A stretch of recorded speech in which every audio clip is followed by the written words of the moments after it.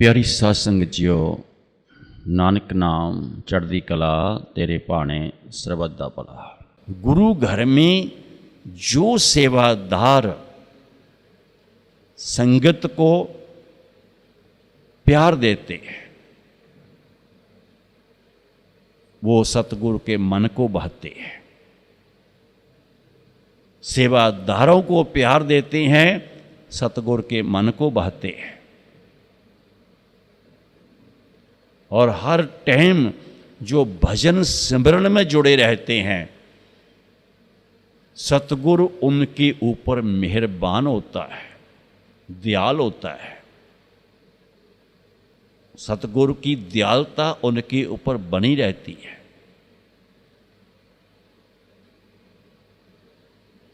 और गुरु घर के अंतर जो सतगुरु के आसन का, ज्योत का ध्यान रखते हैं, मर्यादा का ध्यान रखते हैं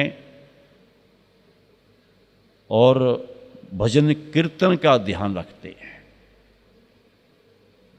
सतगुरु के घर में उनकी हाजिरी लगती है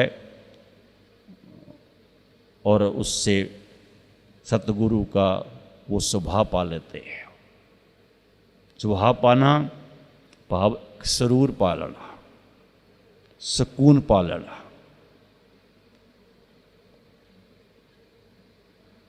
और सतगुरु की मर्यादा, उसके आसन लगाने की और सफाई की, सुचमता की।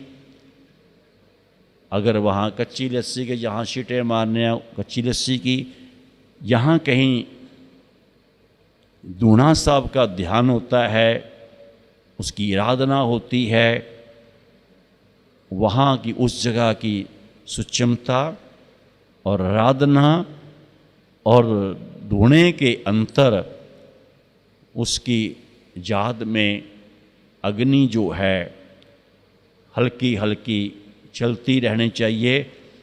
भाव कहने का धुना दुखता रहना चाहिए, देखो दुखना वो चलता रहना चाहिए, बंद नहीं होना चाहिए,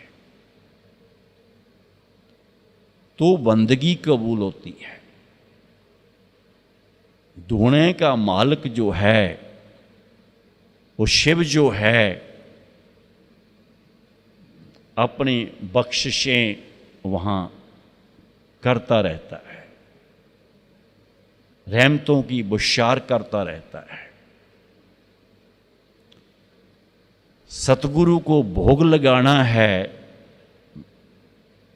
तो बहुत सुचमता चाहिए, अपने आप की भी, वस्त्रों की, खाना बनाने की, लंगर बनाने की जिसको कहा गया है, दाल सब्जी बनाने की, हर चीज़ बनाने की एक सुचमता में रह कर के एक सतगुरु को याद करते रहना, अंतर एक उसके नाम के साथ जुड़े रहना,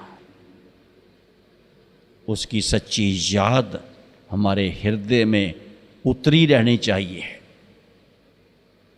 सच्ची याद उतरेगी तो उस सतगुरु का जो अमृत रस बूंद है अमर रस की, वो भी उतरती रहेगी, जिससे ना खुशी होगी ना गम होगा, एक आनंद होगा।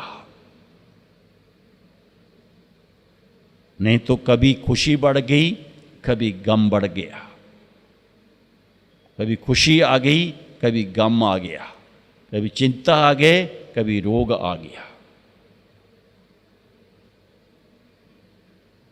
जब जीव इससे बाहर जाता है तब उसके साथ ऐसा होता है।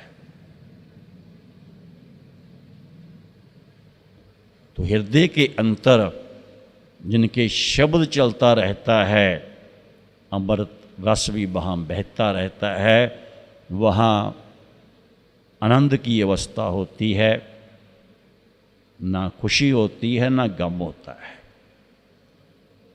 वो चाहे उस अनंत को लेकर के खामोश ही रहें, पर फिर भी होश होती है।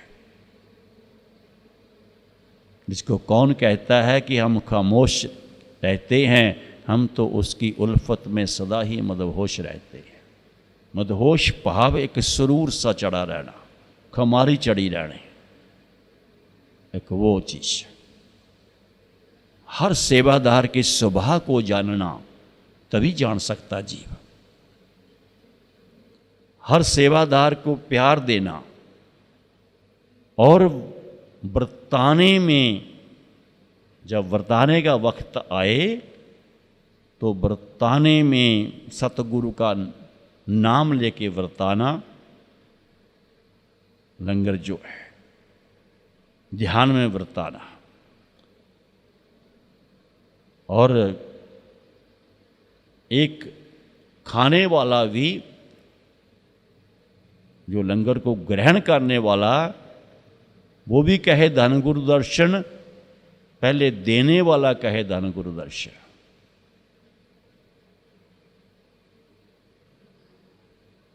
और लंगर घर के अंतर जितने भी जीव बैठे हैं, कम बैठे हैं ज़्यादा बैठे हैं, खाने के टाइम वहाँ एक अर्जोई करके लंगर बरताया जाए, सारा सामान को हाजिर नाजर करके लंगर का जो ही प्रसाद है, और उसका नाम लेके बरताया जाए, ताकि देने वाला भी उसके घर में कबूल हो, लंगर लेने वाला भी कबूल हो, लंगर भी कबूल हो,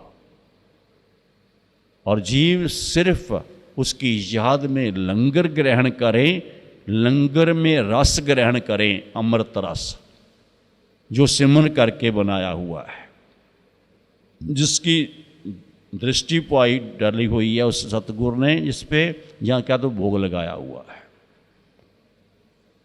उसका असर हो खाने वालों के ऊपर, जिससे अंतर जोशीलापन आए। जोशीलापन सत्य का, जोशीलापन नाम का, वो जोश नाम का, उसकी याद का जोश, सतगुरु के ध्यान में रहने से जोश, और रहें खामोश, लंगर ग्रहण करें। वहाँ उन जीवों के ऊपर सतगुरु की रहमत रहेगी, सबके ऊपर कृपा रहेगी। इसलिए महाराज ने कहा था, पहले पंगत पासे संगत। पहले पंगत में बैठो, लंगर ग्रहण करो, उसके बाद संगत में बैठो, सत्संग ग्रहण करो। और ये भी कहा था कि लंगर खाने से ही आधे दुख जो हैं, रोग जो हैं, वो कट जाएंगे। क्यों कहा? क्योंकि लंगर बनाने वाले बंदगी में हैं, सिमरन में हैं, सतगुरु की याद में हैं। बरताने वाले मर्यादा में हैं, सतगुरु की याद में रहते हैं। और खाने वालों के ऊपर वो असर है, जब कह दिया जाता है भाई सब ने लंगर ग्रहण करना है और खामोश रह करके, ना कि वहाँ बातें हों। जहाँ बातें होती हैं, समझो बातों का ही असर उनके ऊपर होता है, लंगर का नहीं होता। बातों के असर होता है।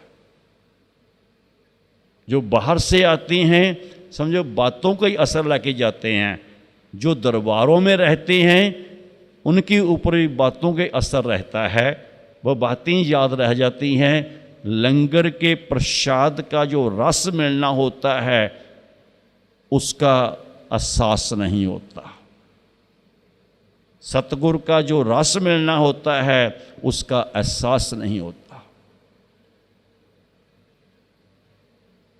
यही कारण है कि लंगर घरों में जहाँ जहाँ भी लंगर घर होते हैं गुरु दरबार के, वहाँ की सेवा सबको नहीं दी जाती। अगर कोई ज़्यादा जोर लाए, कुछ दिनों के लिए ट्राई पे एक जानने के लिए, ट्रेनिंग देने के लिए किसी को मौका दिया जाता है, मगर सदा के लिए नहीं। तो यही महाराज दर्शन दास जी का संदेश है।